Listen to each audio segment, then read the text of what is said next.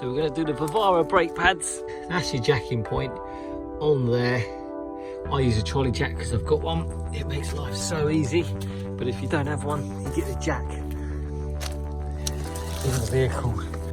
So this is a DIY brake pad installation on a Vivaro, and I'm going to do it on the driveway. I've got a mat with some protection for my knees to kneel on, and I've also got this protection for my driveway as well, because I've got a nice drive, don't want to damage that, get oil marks and rust marks all over it. So basic tools are, I've got my pads, I've got an 18mm ratchet, and I've got a crowbar to leverage, just to lever the cylinder back in. So here I've got an 18mm bolt here, and see the one just below it under here. I'm going to undo them 2 bolts. I'm going to slide that off. Then I'm going to lever the caliper in, slip my new pads, old pads out, new pads in, back on. It's about a 10-minute job. If you've never done it before, it might take you up to an hour, but you know what? It's not very hard. It's just figuring it out. Once you've done it once, it's really easy. I service my van, I do my pads, I do all the basics every year. So I'll show you how I do it, and I'll show you my tips. So this 18mm here, got a ratchet, can be really tight. Yeah, normally done in a garage on impact drivers. But here, what I do is I use a ring spanner, and that's just going to give me my extra leverage. There we go. That gets me going pretty much one-handed. Otherwise it can be a bit of a pain. If you're going to struggle, it's going to be these 2 areas here. Undoing the 2 18mm bolts, the one at the bottom, and then levering in that cylinder. Where is it?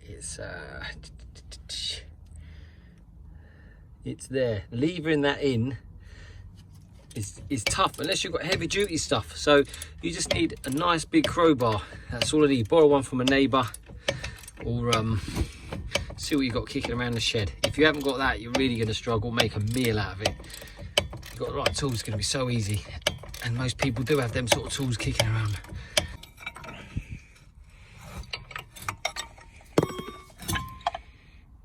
That's the old pads. Just wriggle them out.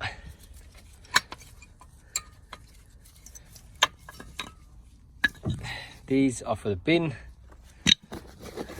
and these are the nice new ones. Right, so here's my tip. I'm only putting 1 pad in, the 1 pad against the cylinder. It's just done by hand, it's clipped in, and I'm going to slide the caliper in. I'm going to put the top fixing in, only temporary, just to hold it in place. So here's my top tip. Because there's only 1 pad in, it's left me a little bit of gap here. So right there, that's the hardest part, is getting that to push back to allow enough room for your 2 pads. So the hook is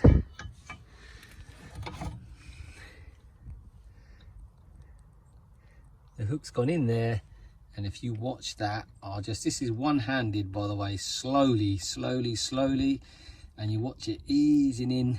You see them rubbers pushing back, and this is me with 1 hand. That's all the way in now. That was easy peasy, guys. Look at that gap. My new pad, that's thick enough to get my new pad in there. That's brilliant. So I'll take this bolt back out at the top here.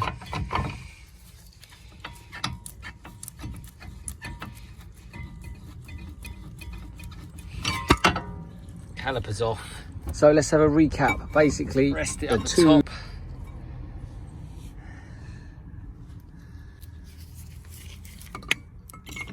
top. Power. So let's have a recap. Basically, the 2 power tools you're going to need is, if you've got your ratchet, a ring spanner, just to put over that for your extra leverage. That's my tip there. And your crowbar for prizing the caliper away here, just using the hook and just pressing it out like that, and all that does is just pushes it back. So them 2 tips can take it a long way. The rest is really easy. It's just the 2 bolts you're undoing, and your pads, they just pop in. So really easy if you've got the right tools. Hope the video helps.